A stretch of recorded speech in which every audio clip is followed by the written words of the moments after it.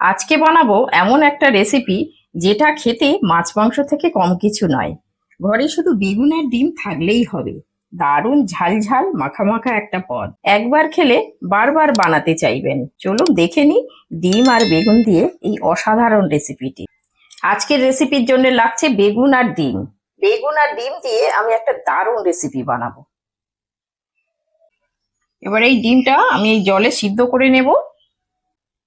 বেগুনগুলো জলে দিয়ে আর ভালো করে ধুয়ে নেব। এইভাবে বেগুনগুলো একটু রগড়ে রগড়ে ধুয়ে নিতে হবে, গায়ে যদি ময়লা টয়লা থাকে তাহলে এইভাবে পরিষ্কার করে নিতে হবে। বেগুনগুলো ভালো করে ধুয়ে নিয়েছি, নিয়ে এরকম একটা টাওয়ালের উপরে রেখেছি। রেখে এবারে বেগুনগুলো এইভাবে ভালো করে মুছে নিতে হবে। বেগুনের গায়ে যেন একটুও জল না থাকে, এইভাবে খুব ভালো করে মুছে নেব।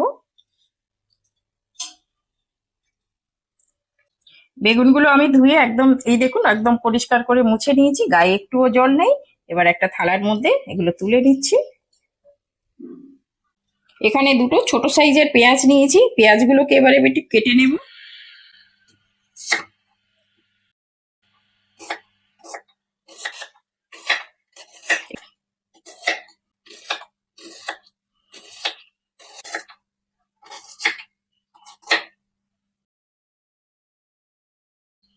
এখানে আমি গ্যাসের উপরে কড়া বসিয়ে দিয়েছি। কড়া বসিয়ে দিয়ে এখানে আমি 2 টেবিল চামচ সর্ষের তেল দিয়েছি। আমি এই রান্নাটা সর্ষের তেলেই করব। তেলটা আমার গরম হয়ে গেছে, এবার আমি বেগুনগুলো ভেজে নেব।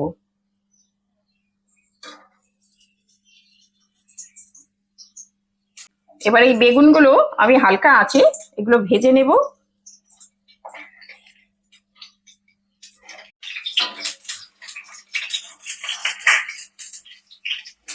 বেগুনটা ভাজা হয়ে গেছে, এবার বেগুনগুলো তুলে নেব। দেখুন এইরকম করে ভেজে নিতে হবে, আর একটু তেল ঝরিয়ে ঝরিয়ে তুলে নেব। এবার এই সেদ্ধ ডিম দুটো ভেজে নেব।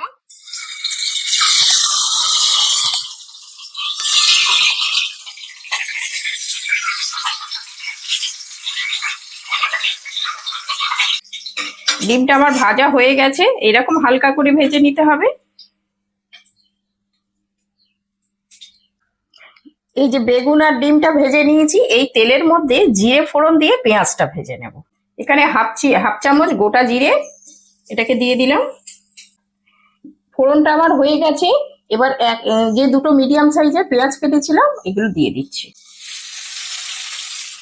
পেঁয়াজের মধ্যে একটু হাফ চামচ চিনি দিয়ে দিলাম। এই চিনি দিয়ে দিলে পেঁয়াজটা তাড়াতাড়ি ব্রাউন হয়ে যায়, একটা সুন্দর কালার হয়। পেঁয়াজটা হালকা করে ব্রাউন করে ভেজে নেব। খুব সামান্য একটু লবণ ছড়িয়ে দিচ্ছি। এই লবণটা দিয়ে দিলে এই পেঁয়াজটা তাড়াতাড়ি নরম হয়ে যায়। এবার এটাকে মিশিয়ে দেব। আচ্ছা, পেঁয়াজটা আমি এরকম হালকা করে ভাজতে দিলাম, আর গ্যাসের আঁচটা এই সময় আমি একদম লোতে করে রেখেছি। আস্তে আস্তে পেঁয়াজটা নরম হতে থাক। এবার আমি একটা পেস্ট বানিয়ে নেব। এখানে একটা মিক্সির জার নিয়েছি, আর এখানে একটা মিডিয়াম সাইজের টমেটো নিয়েছি। এই টমেটোটা একটু ছোট ছোট করে কেটে নেব।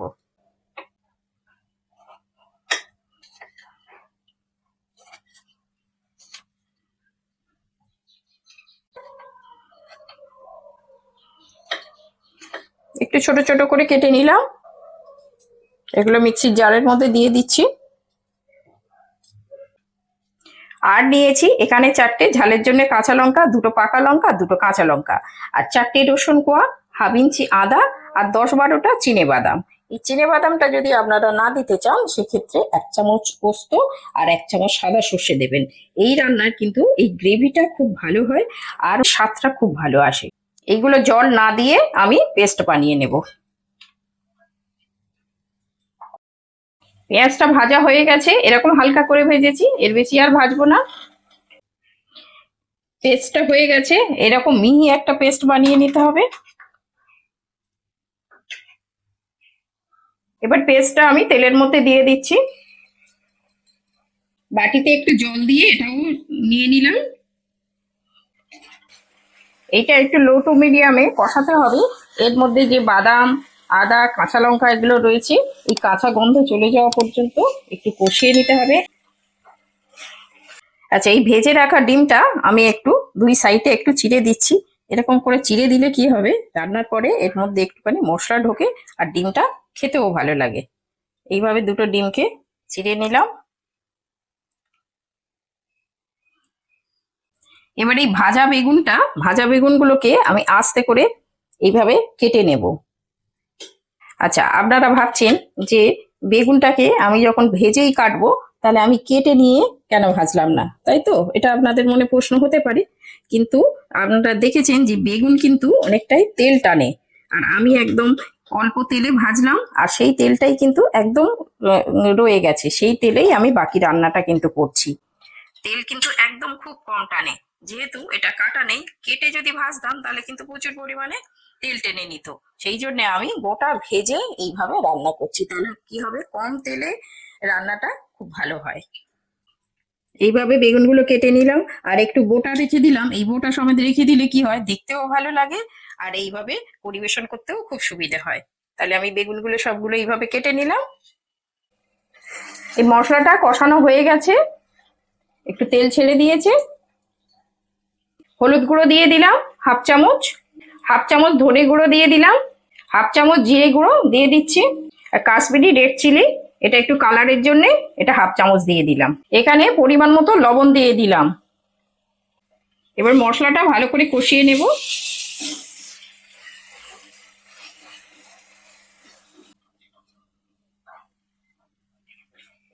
যে কোনো রান্নায় এই মশলাটা ধৈর্য ধরে কষালে রান্নার স্বাদটা কিন্তু বাড়ে। এই জন্য চেষ্টা করতে হবে যে লো টু মিডিয়ামে সবসময় মশলাটা সুন্দরভাবে কষিয়ে নেওয়া। আমার এই মশলাটা একটু তেল ছাড়া পর্যন্ত একটু কষিয়ে নেব। এর আগে বেগুনের রেসিপি আপনারা অনেকভাবেই বানিয়ে খেয়েছেন। আমার কথা মতো একবার এই বেগুন আর ডিম দিয়ে এই রেসিপিটা বানিয়ে দেখুন, মাছ মাংসের স্বাদ হার মানিয়ে যাবে, আর ছোট থেকে বড় আঙুল চেটে খাবে। আর আজকের এই রেসিপিটা যদি আপনাদের ভালো লেগে থাকে, তাহলে রান্না বাংলা ব্লগ চ্যানেলটাকে সাবস্ক্রাইব করে পাশে থাকবেন। মশলাটা দেখুন কি সুন্দর কষানো হয়ে গেছে, আর চারদিক দিয়ে তেল ছেড়ে দিয়েছে। এবার আমি পরিমাণ মতো জল দিয়ে দেব। এটা খুব বেশি জল দেব না, একটু ঘন গ্রেভি হবে, তো সেই মতো হিসেব করে দেব। এইরকম জল দিয়েছি, এর বেশি জল দেব না, একটু ঘন গ্রেভি হবে। তো এবার এইটা একটু ফুটতে দেব, এটা ফুটে ওঠা পর্যন্ত একটু অপেক্ষা করব। গ্রেভিটা আমার ফুটে গেছে, এবার আমি এর মধ্যে যে ভেজে রাখা বেগুনগুলো দিয়ে দেব।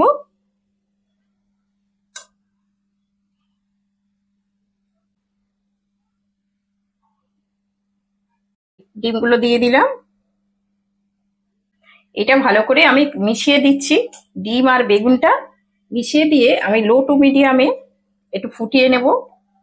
এবার উপর থেকে দুটো কাঁচা লঙ্কা একটু মাঝখান থেকে কেটে নিয়েছি, নিয়ে এটাকে দিয়ে দিলাম। দিয়ে এটা ঢাকা দিয়ে দিচ্ছি। ঢাকা দিয়ে গ্যাসের আঁচটা একটু হাই টু মিডিয়াম করে আমি 5-6 মিনিট ফুটিয়ে নেব। দেখলেন তো কত সাধারণ উপকরণ দিয়ে তৈরি হয়ে গেল এক অসাধারণ রান্না। তো আজকের রেসিপিটা আপনাদের কেমন লাগলো কমেন্টে কিন্তু অবশ্যই আমাকে জানাবেন। আপনাদের একটা ভালো কমেন্ট আমাকে অনেক কাজের উৎসাহ দেয়। 5 মিনিট হয়ে গেছে, আমি ঢাকাটা খুলে নিচ্ছি। উপর থেকে একটু হাফ চামচ গরম মশলা ছড়িয়ে দিলাম, আর এক মুঠো ধনেপাতা ছড়িয়ে দিচ্ছি। যেহেতু বেগুনটা খুব নরম সবজি, আর এটা যেহেতু 5 মিনিট ফুটেছে, নরম হয়ে গেছে, সেই জন্য আমি খুন্তি দিলাম না, এইভাবে একটু করে নাড়িয়ে দিচ্ছি, নাহলে বেগুনটা ভেঙে যায়। রান্নাটা আমার হয়ে গেছে, আমি এই শেষে গরম মশলা ধনে পাতাটা দিয়েছি, দিয়ে একটু ঢাকা দিয়ে দিচ্ছি। এই ঢাকা দিয়ে আমি গ্যাস অফ করে দেবো। 2 মিনিট পরে আবার ফিরে আসছি। 2 মিনিট হয়ে গেছে, ঢাকাটা খুলে নিচ্ছি। বেগুন আর ডিম খেতে আমরা সবাই খুব ভালোবাসি, আর সেটা যদি হয় এই রকম ঝাল ঝাল আর গ্রেভিদার, তাহলে তো আর কোনো কথাই নেই। গরম ভাত বা রুটির সঙ্গে দারুণ খেতে লাগবে। এইভাবে একবার বাড়িতে বানিয়ে খেয়ে দেখবেন, সবার খুব ভালো লাগবে। দেখেই বুঝতে পারছেন কত সুন্দর হয়েছে। এই রকম গরম গরম ভাতের সঙ্গে আর রুটির সঙ্গে খেতে দারুণ লাগবে।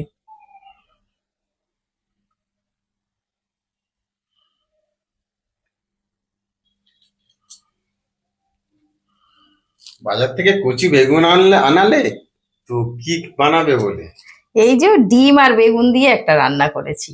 স্পেশাল কিছু বানিয়েছো? হ্যাঁ, এই ডিম বেগুন দিয়ে একটা রান্না করেছি। এবার খেয়ে দেখো কেমন হয়েছে। দুটোই তো স্পেশাল। এবার দেখো কেমন রান্নাটা হয়েছে, খেয়ে তো বলো।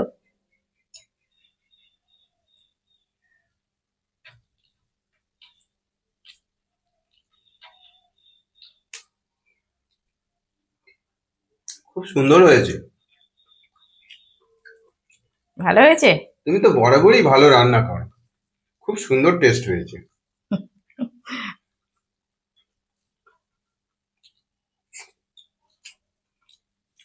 কচি বেগুন তো একদম পুরো কি সুন্দর খুব নরম ভালো, হয়ে খুব গেছে। ভালো টেস্ট হয়েছে।